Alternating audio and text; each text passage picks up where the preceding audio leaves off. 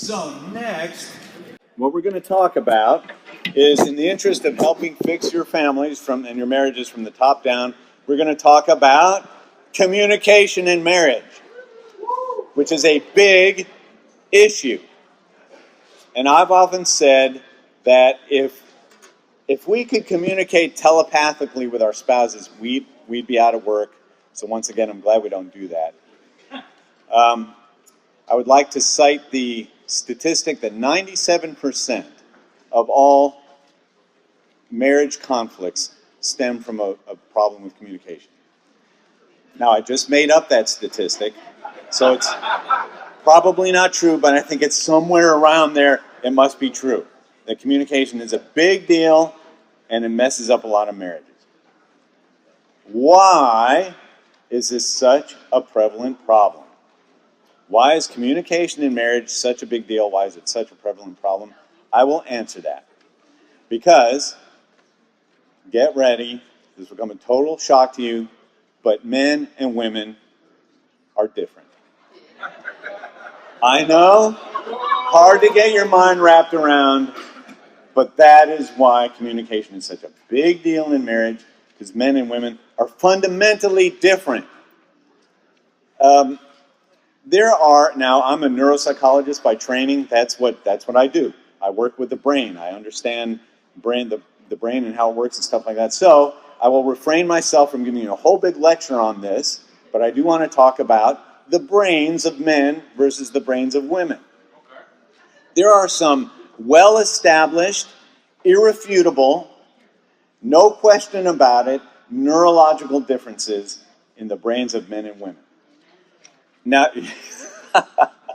some of you, this is not coming as a surprise or a revelation. It's a irrefutable fact based on your observations. Now, you know all the right brain, left brain stuff you hear about. A lot of it is, the media has blown it up, and a lot of it is nonsense. However, the truth is this. There it is. The truth is this. You do have two halves to your brain, a right side and a left side. And as noted in this chart, each hemisphere of the brain, now your brain is like it's like a walnut. In some of us, our brains are more like a walnut than in others. But you have this outer covering of the brain, the cerebral cortex, which is where all your thinking happens. Everything that makes us human beings happens on that wrinkly outer layer, the cerebral cortex. Our language, our ability to abstract, our ability to reason, all happens in that cerebral cortex. The cortex of each side of the brain is specialized. The term we use is lateralized. So the left side of the brain is responsible for certain things, and the right side of the brain is responsible for certain other things. In 98% of everybody, and that is a true statistic, not one I just made up, the left half of the brain, as you see on the chart, is lateralized for language. So in 98% of us, our language resides or is lateralized on the left side of the brain. Even if you're left-handed, most left-handed people are still left lateralized for language. The right hemisphere of the brain is lateralized for other things, more nonverbal things, visual analytical thinking and artistic creativity, visual motor things, your ability to see and understand shapes and relationships in space and things like that. So there's a definite difference between what your left side of your brain does and what your right side of the brain does. Now, here's the difference between men and women. Developmentally, girls lateralize sooner in their development. In other words, the halves of the brain take up their responsibilities earlier in men versus women. So, as a result, I have to confess, little girls are by and large smarter than little boys. You're welcome for that. You're welcome for that. Little excitability there. That's why, and because they lateralize sooner, that's why Mary and I, in years of child psychology, we've decided, boys, I wish they didn't have to go to kindergarten until they're 7. Because they're so immature. Boys are so immature because their brains are still lateralizing their functions, but girls are much earlier. And it's why girls are smarter. It's why, when I was in 3rd grade, there was only one kid in the whole class that was a better reader than I, and her name was Eileen. Not that I hold a grudge or still remember this, but she was the only one in the class that was a better reader than I was. And one day, I will have my revenge. One day, I hope to see her and share my admiration for her, and but that's what happens. Now, the difference is, men, even though they lateralize later, in the long run, they lateralize more thoroughly. In other words, when men think, when they become men, they're thinking with either the right side or the left side. They don't do a lot of integration. It's one or the other. Women think with more of their brains. Therefore, generally speaking, women are wiser than men. However, men have a hard time handling this concept, right? Because of our pride.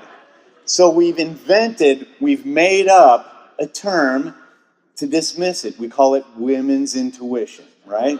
So men, in order to not offend our own pride, we call it women's intuition. There's this magical thing about women, that they're more intuitive. But it's not it. It's a neurodevelopmental thing about how men lateralize more thoroughly in the long run, women lateralize earlier. Now, what does this have to do with marital communication? What happens is men think in compartments, right? And women think more globally, and it looks like this. If you look here,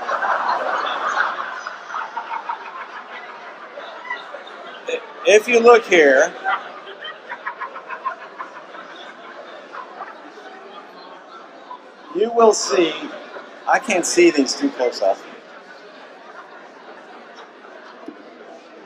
I'm going to step away from here for a minute. This is basically the way it works. Okay, right here, this is a highly scientific diagram that I've constructed over years of research and observation.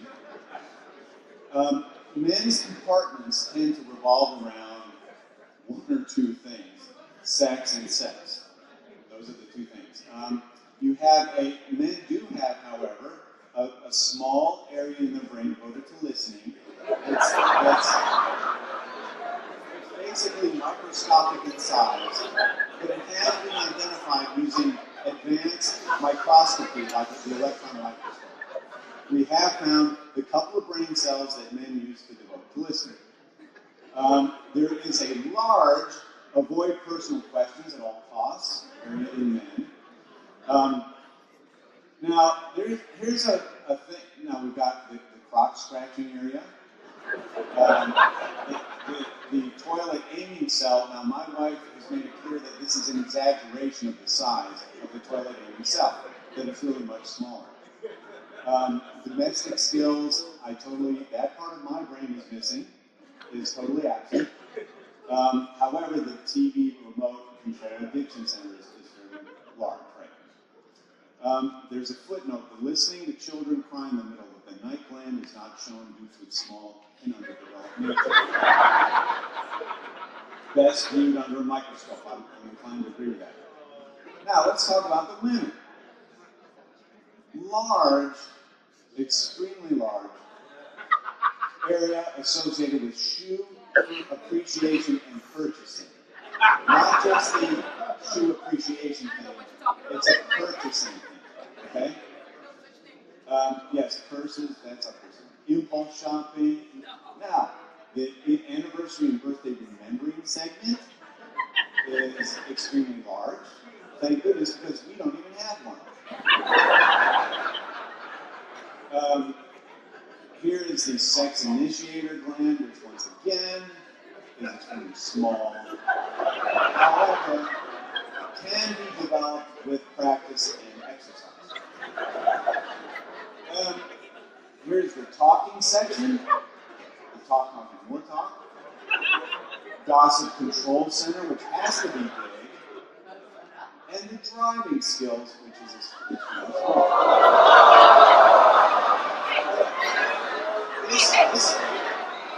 this is science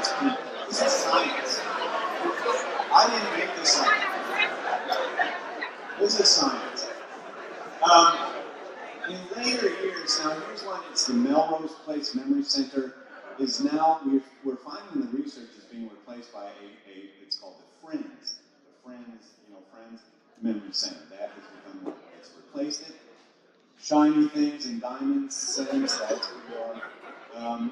And the I told you so plan, which is always at work, whether expressed verbally or not. And a footnote here, there's a put the oil into the car and be quiet during the game glands are active only when the shining things and diamonds sense has been satisfied or when there's no shoe sale. So, you're welcome for this. The research that led to this was funded by a grant from the Robert Wood Johnson Foundation and other legitimate concerns, which, you know. So, no, actually, so, I don't know if you, this is a joke, I was just kidding, okay? But really what happens, this neurological difference does cause some differences. Like I said, men compartmentalize when they think. So, when men think, they're in a mode. They're in work mode, right? Or they're in sex mode, or they're in hobby mode, or they're in, every so often, wife mode, every 3 or 4 years. So it's men think compartmentally because of these neurological differences. Rarely in men do those modes, do those compartments, rarely do they intermix, okay? So men have a way of thinking with one of those compartments. And once again, if you go back to this graphic, let me one more time. So we use those compartments individually, rarely are they integrated. It is more efficient, I believe, that's right. Women, on the other hand, so men compartmentalize, I'm going to open all these up. Women, on the other hand, think globally instead of one compartment at a time like men do. So have you ever, let me open these up too, we'll talk about those each in time. Everything in that, so because men compartmentalize more than women, everything that a woman thinks affects everything else, is what I'm saying, right? Men, their little compartments are at work one at a time. With women, there's no such thing. It's like all the gates are down. Whatever is happening in this compartment affects everything else in those other compartments. So, men, have you ever come home and you say this one simple, innocent thing, and all of a sudden, here comes a tirade, and you're like, what was that all about? Where did that come from? I know you're shaking your head, but I know you've been there. It's because she's been stewing about it all day with the entire brain instead of a little compartment like you do. You go to work, you're in work mode. You leave work, you're in driving home mode. Then you're in sports mode. Nothing influences anything else. The wives, it's this constant noise of all their compartments together. And she's been thinking about this all day, about something that to you may seem completely insignificant, but it's all mixed together. So that's what I'm saying. Now, if you look at this diagram, there's also communication serves a different purpose for each gender. Big different purpose for each sex. Women communicate, as it says, to promote closeness and intimacy. That's why women communicate, to promote closeness and intimacy. Women talk to other women about their troubles so that they can feel, what's that word again? Empathy. So that's why women communicate. To communicate, to build intimacy, to feel empathy for each other. Men, if they communicate at all, it's to transmit information. We transmit information. That's the purpose of communication. That's what it's there for, and for no other reason. Men don't care about all that other stuff, by and large, okay? I don't want to generalize, but you know it's true. So, men, because we think compartmentally, when you come home, be honest, and your wife is upset, what do you try to do? Fix it. You try to fix it. Your left hemisphere goes into gear, and you try to fix it. Because you're compartmentalizing, and you're trying to fix it. What does your wife, however, deep down really want you to do? Listen. Now, you all came up with those answers so quickly, it makes me wonder why we're even talking about this, because you obviously know what's going on. So, women mistakenly feel that when their husband is trying to fix something or offer a solution, they're trying to dismiss the problem, okay? Women, that's not the truth. That's not what's happening. They're only doing what they know how to do, which is try to fix it. They're not minimizing your problem. They're not blowing it off. They're just trying to do what their little man brains know how to do. Just try to fix it, okay? Now, because women communicate for the purpose of intimacy, men don't understand that this is like a ritual, okay? You got to start looking at wives like they're from another planet and they have their own rituals, okay, that are foreign to us. No, don't really do that. That's not good. So here's this wife, and she's going kind of on and on about her problem, and here you are, you're the man, and you're offering advice, and you can't understand why, having given said advice and suggestions to fix it, why they keep going on and on about this problem. And then she ends up feeling like you don't care about her. That's not true, women. Your husband loves you. Loves you. It's just your problems that he doesn't care about, okay? Let's just get that totally straight. All right? So what I'm saying is this. From a strictly neurological standpoint, and I mean this, I'm grounded in science and neurology, women shouldn't expect the impossible. Men are missing a gear. There's a gear. This intimacy, speaking to build intimacy, many of us don't have that gear. So intimate talk, this is what I'm saying. Intimate talk between girlfriends should probably remain just that. That's why you have girlfriends, and we encourage you to find other women to share your intimate problems with. Don't try to turn your husband into a girlfriend. Okay? That's what I'm saying. We don't know anything about shoes. We don't know anything about, so don't try to make your husband into a girlfriend. So this underscores the importance of your relationships, okay? You have to have relationships with women so you can share intimacy. Now, men have to understand that when they're doing this woman thing and going on and on and on, they're not badgering you or anything like that. They're just trying to connect, okay? This is how they connect. So you have to understand that about women. She's not just talking incessantly. She's trying to connect with you at an emotional level. You don't have to come up with a solution every time, okay? All right, here's the amen. You can just listen. You can just listen. Look at some of the other data on there. There's this interesting study that men, on an average, speak 12,500 words in a day. Women speak 25,500 words in a day. More or less. Usually, substantially more. So, let's say a husband goes off to work. Work is a demanding job. Let's say the husband uses 12,495. That leaves him 5 words left when he gets home. So you have what's for dinner, that's 3. And good night. We're done, okay? That's our minimum daily allotment of words. We're done. Men communicate to transmit facts, women to build intimacy. Now you look on there, it also says women maintain eye contact for 12 seconds at a time. Men, if you're lucky, 3 seconds tops for eye contact, direct eye contact. Men, it's been said, if you think about your friendships, women, it's the face-to-face, go to Starbucks over a caramel reverse latte, mocha cappuccino, and it's face-to-face across the table. What do men do? They don't do front to front, they do side to side. We're building a car together. We're playing basketball. We're going out hunting bear and stuff like that. It's a side. That's the difference between how men and women communicate, and the difference for the eye contact. Now, men are capable. Remember, you're capable of making eye contact for longer, and you should develop that.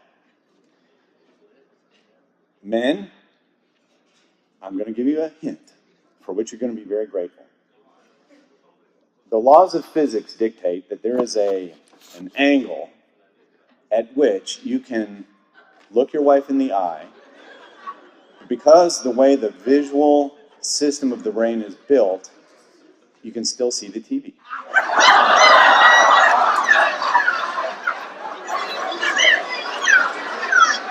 You're welcome. That angle is approximately 110 degrees, depending on the size of your TV, okay? So I advise you to go in, measure it first, do the trigonometry, where you can look like you're being empathetic.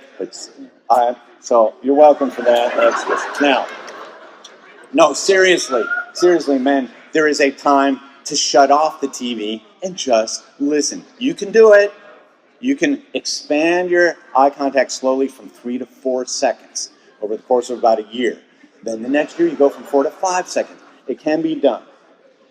Now women, my example is to, when you want to do that, all we ask as men is for you to pick your times wisely. Okay? Pick your times wisely.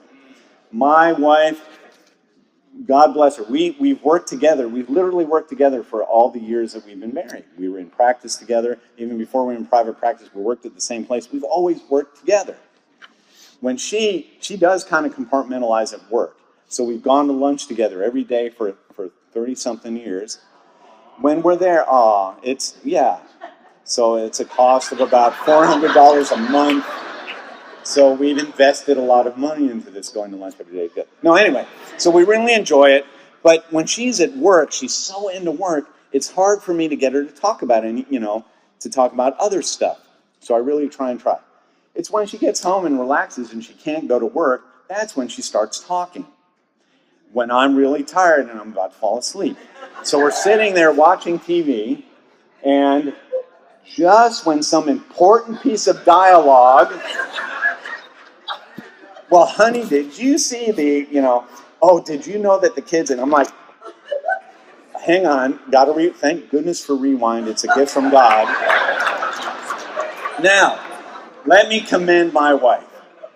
She has learned, for my sake, God bless her, she has learned an adaptive skill, which is from now on, when she wants to say something, and I didn't suggest this was her idea, she now raises her hand. I really deeply respect and appreciate that. Because we can pause it, do the talk, and then start it again. So I'm just saying, so men, on the other hand, seem to have to reserve special times to communicate. So please turn off the TV.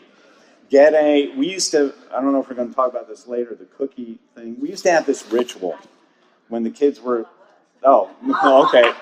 We have little rituals where we turn off the TV and we get something lovely to eat or have a drink of wine or something like that. So we make the special times to talk. Now that I've thrown pretty much every female in this room under the bus, I'm going to let Mary talk.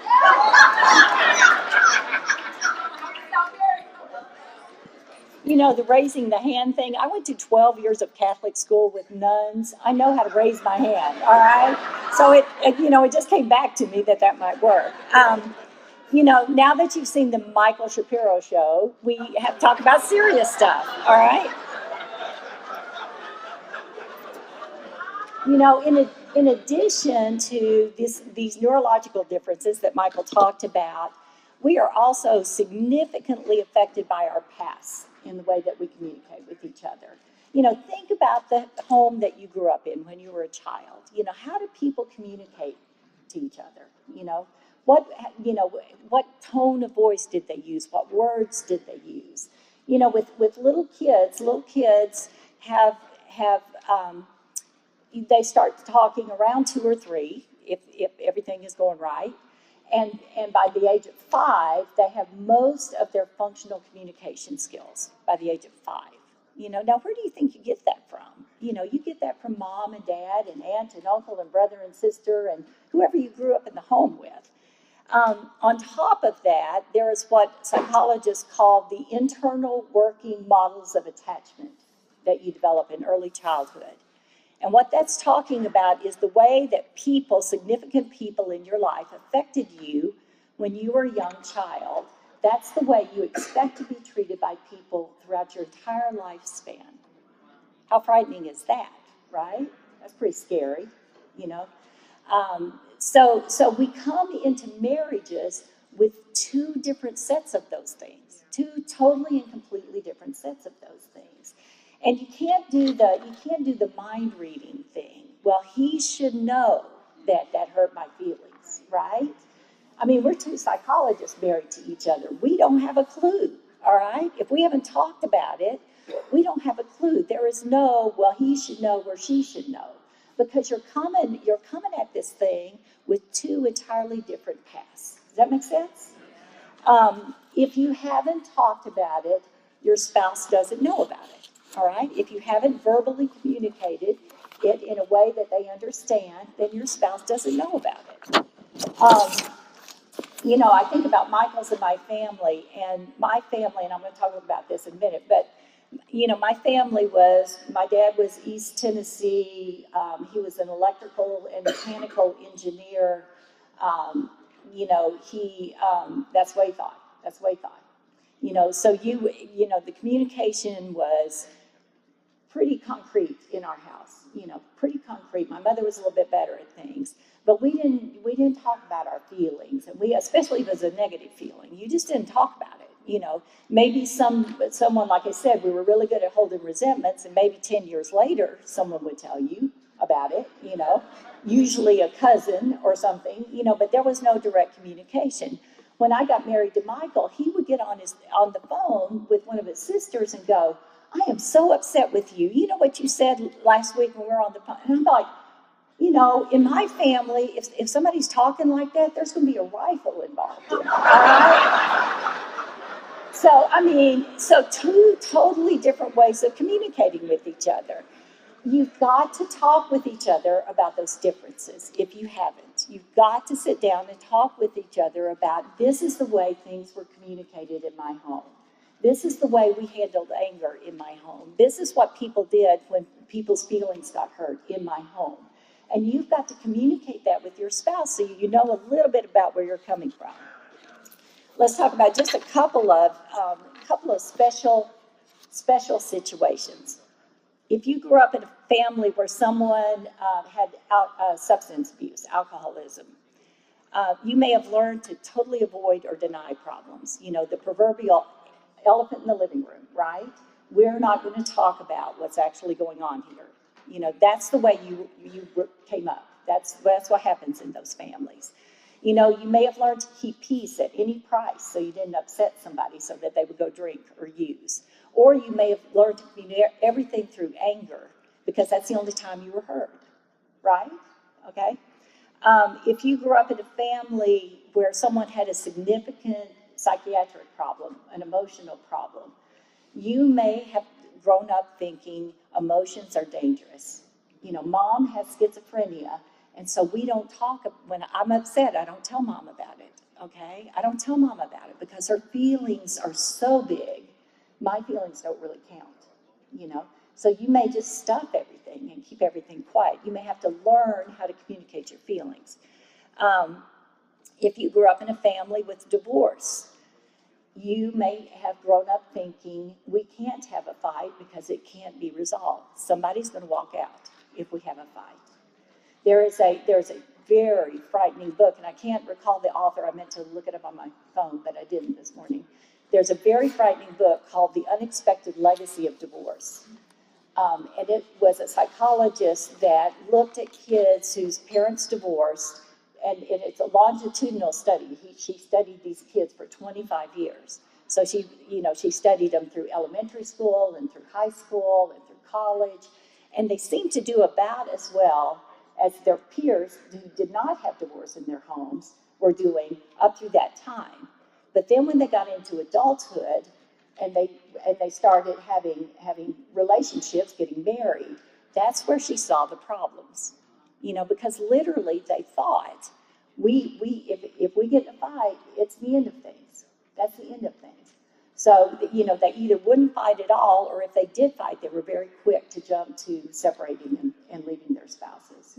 That's scary stuff, So you've got to work hard to overcome those early influences, is what I'm saying. You got to talk to each other about it. You got to figure out where those hot spots are and work hard to overcome it. Like I said, I grew up in a family where things just weren't communicated. The men in my extended family say about 10 full sentences a year. And if you weren't there when they said it, they're not going to repeat it. You just missed it, all right? So, that's kind of the way it was, So you may have grown up in a family like that where there just wasn't a lot of communication. Those are things you've got to talk with each other about and figure out a way to fix it. Like I said, the first thing you've got to do is be aware of the differences between you and your spouse and how you communicate. You cannot automatically assume that they communicate the way that you communicate. You've got to do a lot of talking about it. As Michael mentioned, this means that you've got to take some special time for communication. Proverbs 12:5 says, the purposes of a man's heart are deep waters, but a man of understanding draws them out. If you think about our day-to-day lives, especially if you've got a bunch of kids at home, it's mostly logistics, right? What we communicate. When will you be home tonight? Who's going to pick up Johnny from the baseball field? Right? And if we're not careful, that's all our communication as husband and wife is. We're just dealing with the logistics of life. We're out of toilet paper. Can you go by the store? That's all we're dealing with. You've got to make some special time to sit down with each other and talk on a deeper level with each other. Talk about your day. Talk about what's bugging you. Talk about what you're worried about. Talk about what your hopes and dreams are.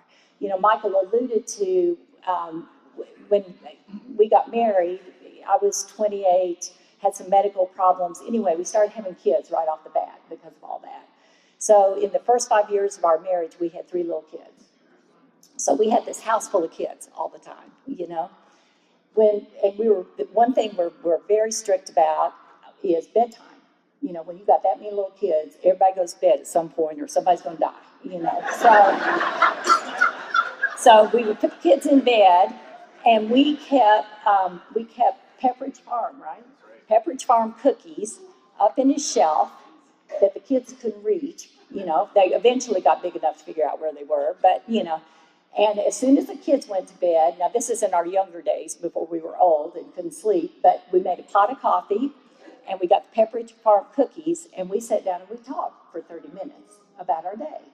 You've got to have time like that. It's got to be built in. If it's not in the schedule, it will not happen. It will not happen. So you've got to figure out how to make those times happen. And this is a time with no interruptions. No cell phones, no Facebook, no TV, you got to have some time to just sit down and get to this core communication where you're not talking about surface stuff anymore, but you're talking about you, all right? You're talking about each other. The other thing is, and I think Michael mentioned this earlier, there can't be any taboo subjects in our marriage. You can't get to the point where you go, we cannot talk about X anymore, all right?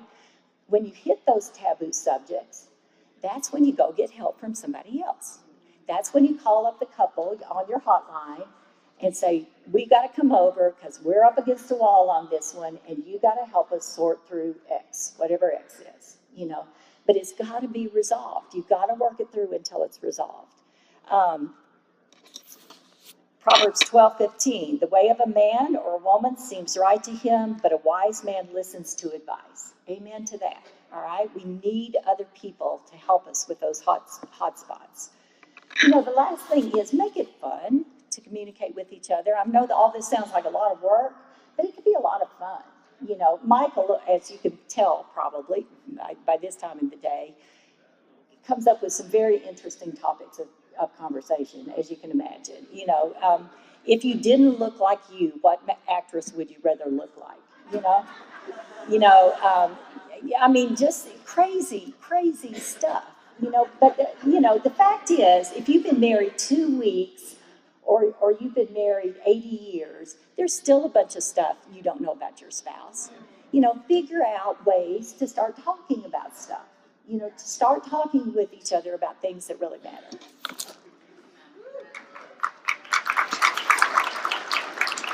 One of my favorite, thinking of fun things to talk about that are just weird.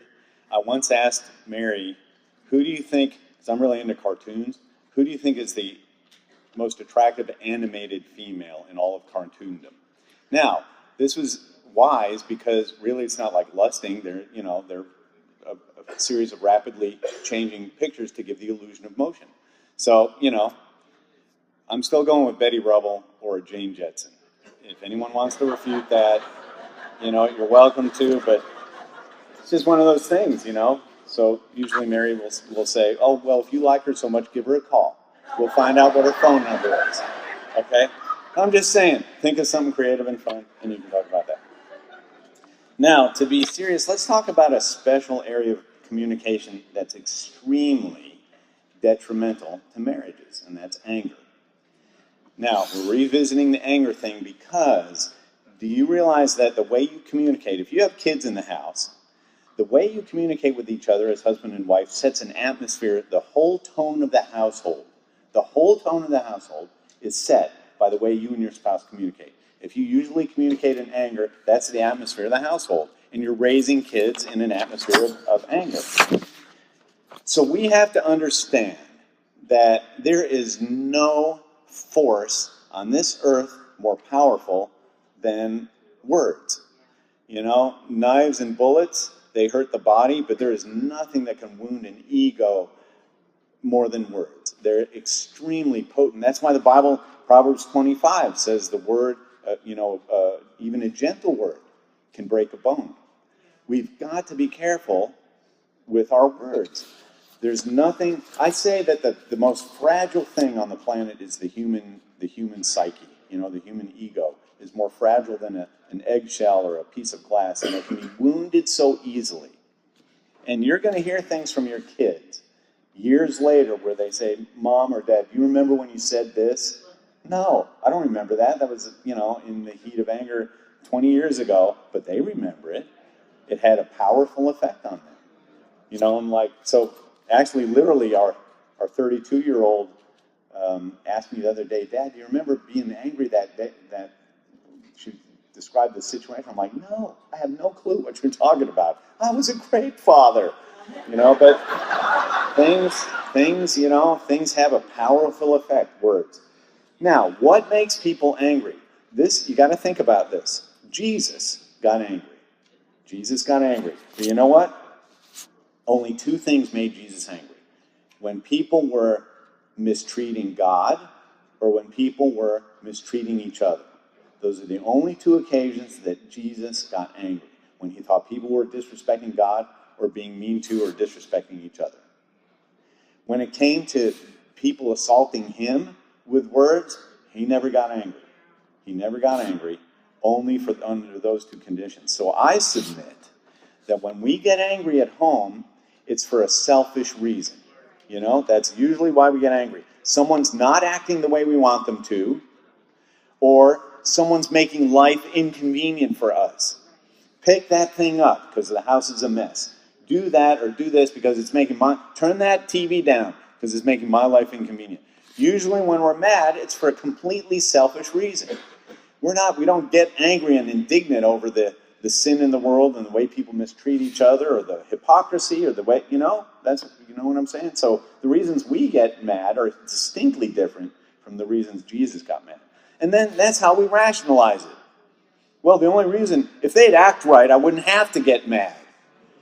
Or anger is the only thing my kids understand. If I talk loud, that's the only thing that gets their attention.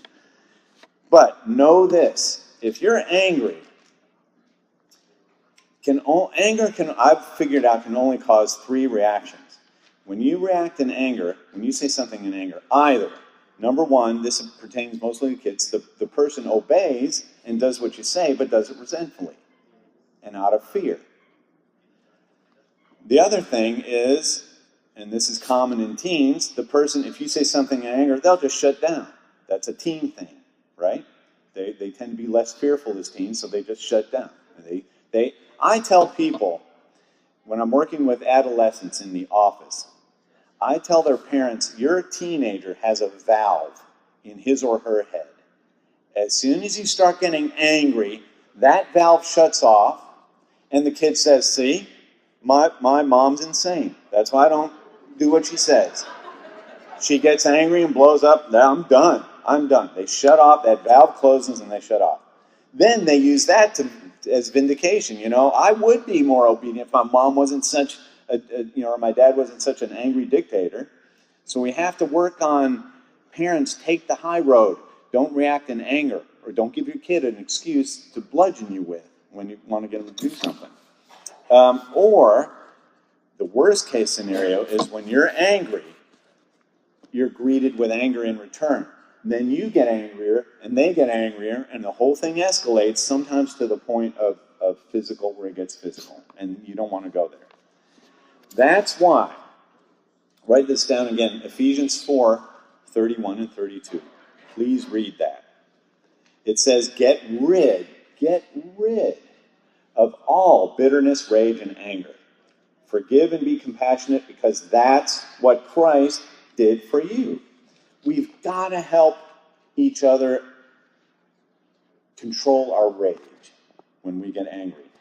There's no place for anger in the house of God's holy people. That's what the Bible says. Now, you have a choice. If you keep doing what you're doing in anger, these things are going to happen, and you're going to raise a household of angry, resentful, shut down, or violent kids. So we've got to ride shotgun on this. In my experience as a psychologist, I have found that people, even ungodly people, non-Christians, can learn to control their anger, usually when they're compelled to do so by the court. When the court says, if you get angry again, you're going to go to jail, or when they're about to lose everything. When their anger and violence has gotten to where they're going to lose their marriage, they're going to lose custody of their kids, they're going to lose their job, that's when people learn how to control their anger. It's when they've hit rock bottom. Now, conversely, the people who are most successful, I'm telling you this from experience, in overcoming their anger are Christians. Why? Is it because we have some magical thing or an anger control class or something like that? No, it's because we fear God. We fear God. So there's no, I wish I could give you an anger management thing, or you take a class to manage your anger. Those are good things, but once again, what's going to get you to stop is your fear of God. There is no place for anger in God's holy household. If you continue to choose to do that, this is what's going to happen, and you're not going to have the marriage or the family that you want.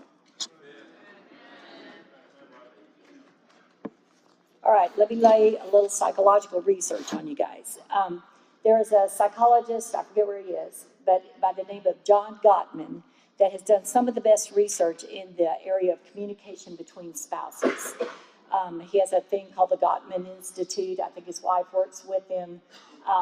What they did is they put cameras in 2,000 homes and videotaped couples' communication with each other.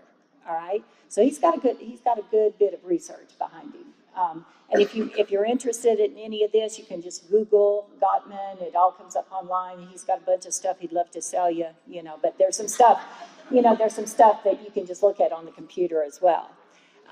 So from this research, from looking at 2,000 married couples communicating with each other, he saw a couple of communication patterns, several different types of communication patterns in couples. The first are validating relationships. And these are people that view themselves as being very like each other, very similar to each other. And they tend to deal with differences very openly and calmly in a calm manner. I haven't known a whole lot of these couples. I don't know about you guys, but I haven't known a whole lot of these couples, but apparently they're out there. The second type of couple is what he calls a volatile relationship. And these people fight and love with passion, all right? They're very passionate in their affection for each other. They're very passionate in their arguments with each other. They may even try to steamroll over the other person to get them to agree with my side of it, okay? The third communicate or pattern of couples is what he calls conflict avoiders. And these are people that are less passionate, both romantically and in their conflicts with each other. And they may try to avoid conflicts with each other, or they may shut down in the middle of a conflict. One of the interesting things he found is that none of these is better than the other ones. Okay, there's not this is the best communication style for couples. What was important is that there is a balance between conflicts and expressions of love and caring for the other person. And what he found was in people that are high on the conflict scale, people that have more conflicts, they have to have 5 times more instances where they're communicating love and concern for each other to balance out those conflicts. So it was this ratio between conflicts and affectionate exchanges that determined whether a couple was successful or not. Does that make sense? All right. One of the other things that he discovered is what he called, he discovered 4 communication patterns. Listen to this.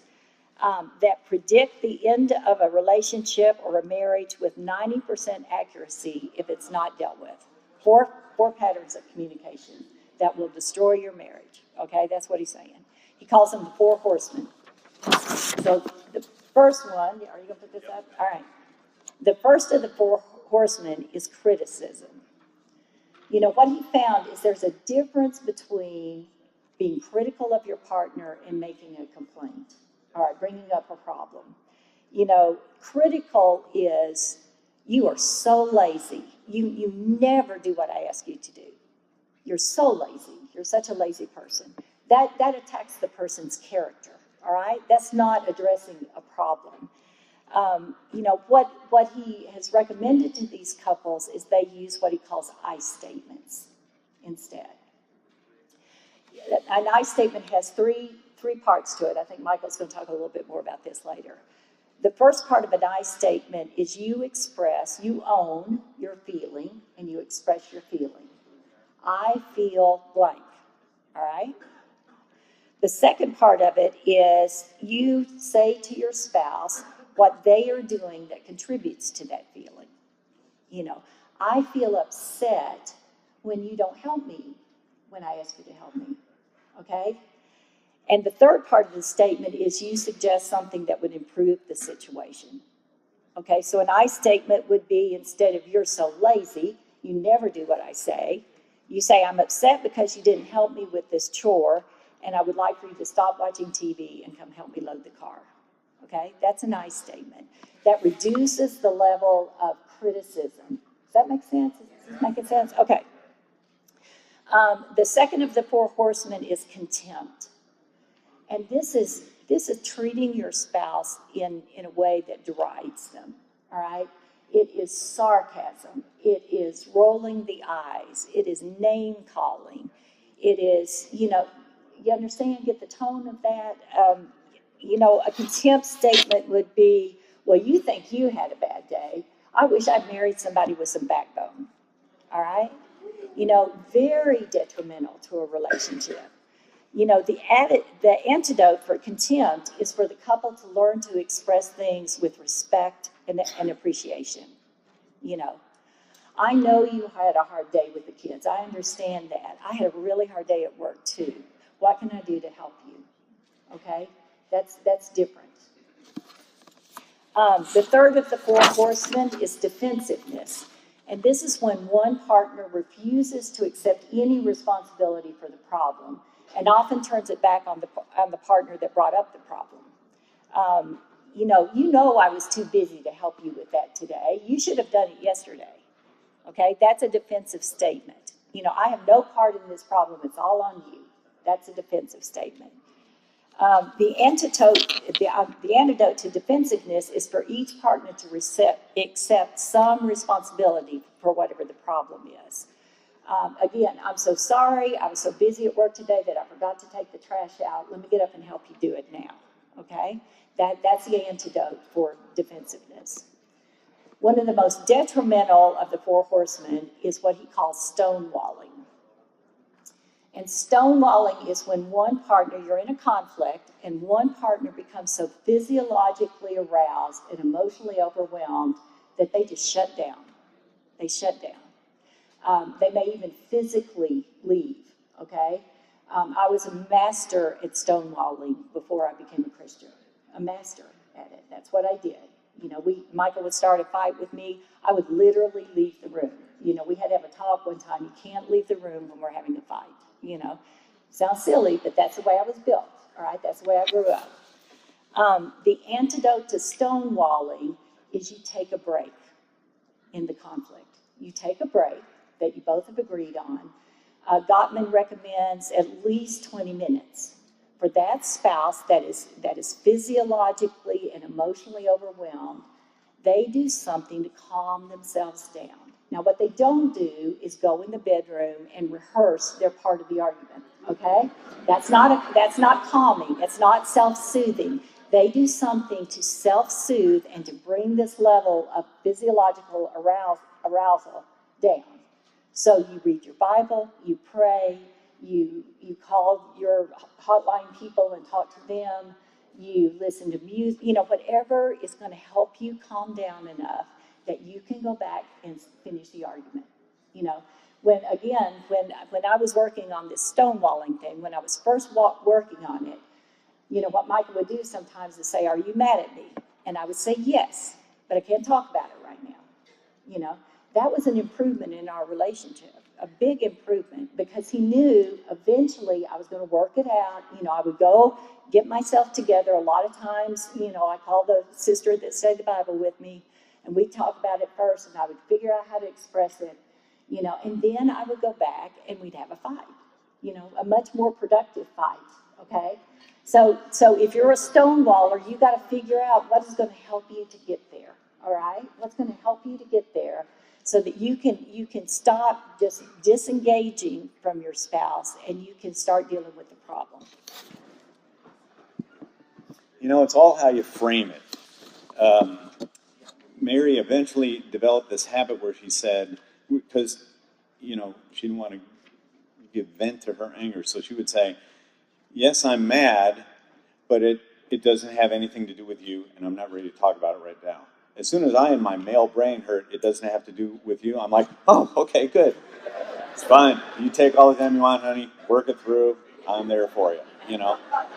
But just framing it correctly, putting it in context. So that's what we're going to talk about next, because let's be honest. Let's say you do all these things. You read the Bible, you call people, you do all this stuff, you're still going to fight. Okay, couples fight. Now, we'll tell you that fighting, marital fighting, at least in our case, seems to diminish with age. You know, we maybe have one fight every 3 years now, and it's usually before a married retreat. And even then, it's like, "Oh yeah, well, okay, we're just too old and exhausted." You know, it's like, what's worth going to war for anymore? You know, so we're like, don't want to fight about that unless we have a lot of Geritol or something like that. And, you know, so fighting is actually good if you do it constructively, because it means you're getting the feelings out. You're sharing your feelings. However, I would like to give you some hints on rules for peaceful resolution, how to fight fair. This is about how to fight fair. And incidentally, if you have a fight, I don't need to tell you, there's the whole makeup sex thing at the end.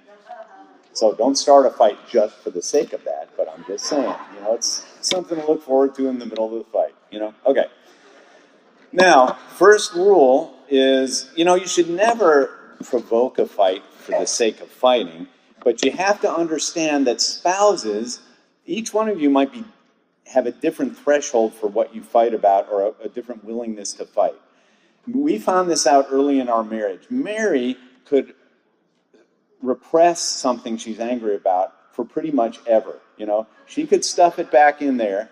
Before we learned about all the stuff we talked to you about this morning, she could stuff it for a long time. I call it the princess and the pea. You remember that story? I hate the little feeling of irritation that I've got to resolve it right now. I can't bear it. It's weird. I just can't bear even a little bit of conflict. So I've got to, we've got to deal with it now, and I'll provoke it to get it out, So know that each of you has a different kind of inclination for fighting. When you do fight, follow these rules. Number 1, no prisoners. No one leaves. It is understandable, with the exception of what Mary talked about, where it's a planned, look, we're getting nowhere right now, we're going to take a break.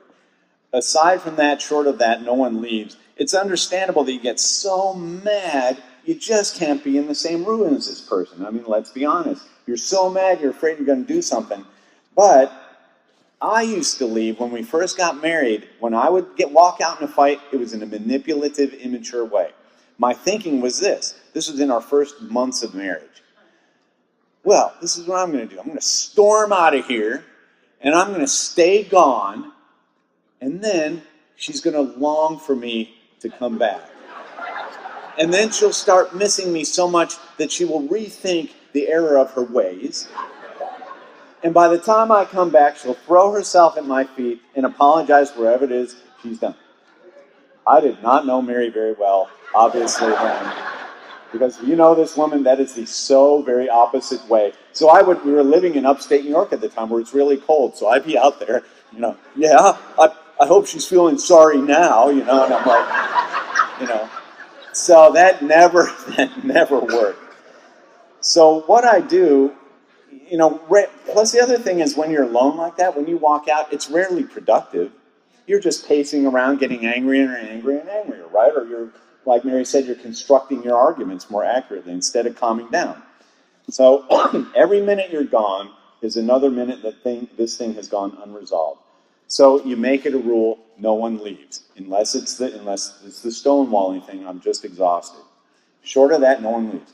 So when I first adopted that, I found that I have a lot of nervous energy because I'm tempted to leave. So when we fight, I'm never still. What I do, which is weird, because I never do it at any other time, is clean. I never clean.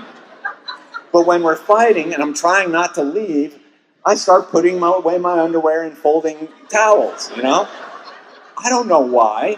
It's just weird. It's just this nervous thing. So Mary, I have to say, we have some cleaning up to do. Make me mad.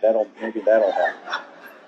But it's this, James 1:20, a man's anger does not bring about the righteousness that God desires. And Malachi 2:16, I hate a man's covering himself with violence as a garment.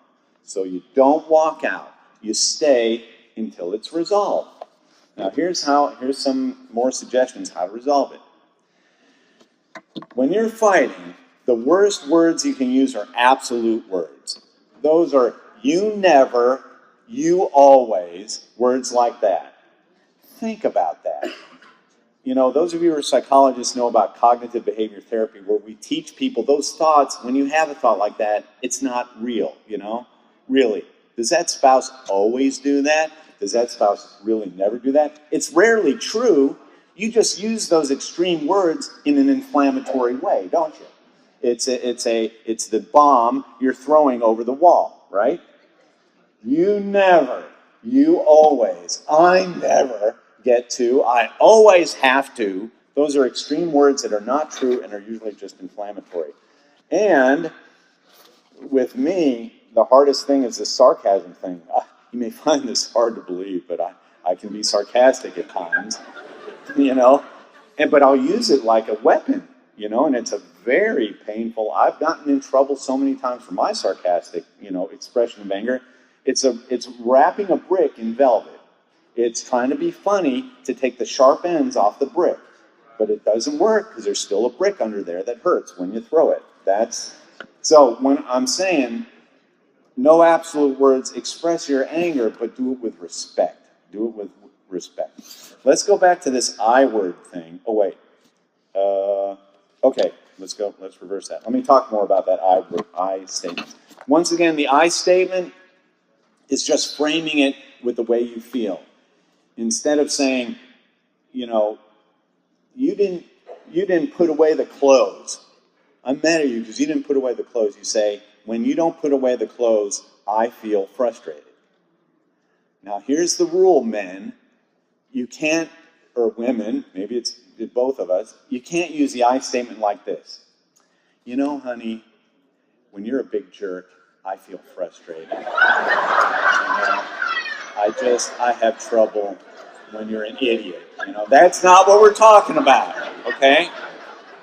The I statement is to frame the person's actions in terms of the way those actions make you feel, okay? So just what I'm saying is put some thought into your I messages first before you say that. Now, the other thing is resolving before you go to bed. That's the Ephesians 4:26. Don't let the sun go down on your anger. Now, let's be honest, though.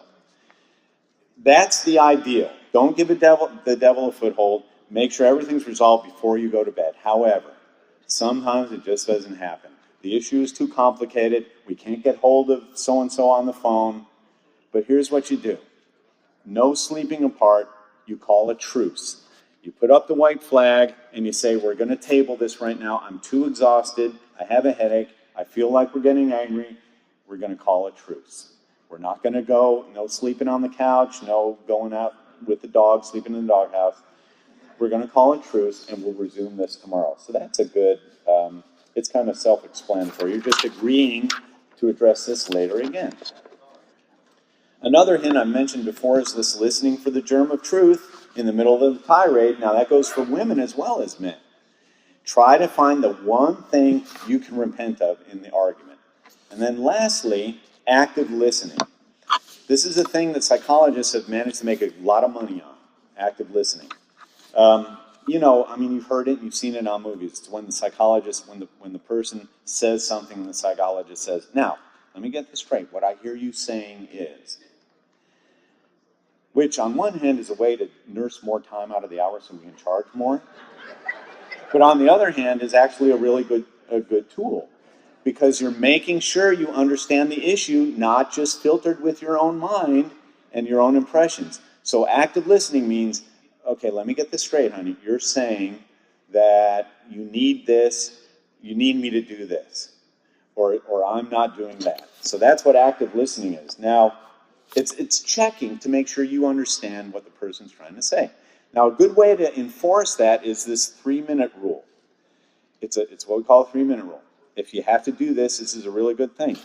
Each person, because you're angry and you want to say everything and defend your case and blah, blah, blah, you declare 3 minutes. We each get 3 minutes, like in the courtroom. We're going to get a clock. You get 3 minutes to say whatever you want to say. I can't say anything. I'm going to bite my tongue when I want to feel defensive until the blood goes down the back of my throat. I'm not going to say anything for 3 minutes. Then it's your turn for a 3-minute rebuttal. Without interruption. The whole point is you're not interrupting each other, because when you do that, it just gets louder and louder and louder and escalates to something bad. So once again, it's a way of respecting each other, giving each other the time they need to say what they need to say, so you can calm yourself down. Speaking of which, we didn't talk about this, putting yourself in timeout. This is something Mary taught me. When you are just, when you're over the line, don't you? When you're over the line of sanity and you are now certifiably insane and you probably shouldn't say anything else. You put yourself in timeout until you can calm down. That's kind of what, you can use a 3-minute rule or what Mary said. But so anyway, these are hints of how to fight fair when inevitably you fight. If you can do that, you're going to resolve issues once and for all, and they won't become nuclear armaments. So we appreciate, I'm sorry we went late, we appreciate you listening to what we had to say about communication. When you come back after lunch, we're going to talk to the men and the women separately, but together, and then we'll have our talk about sex at the end of the day. So go enjoy your lunch.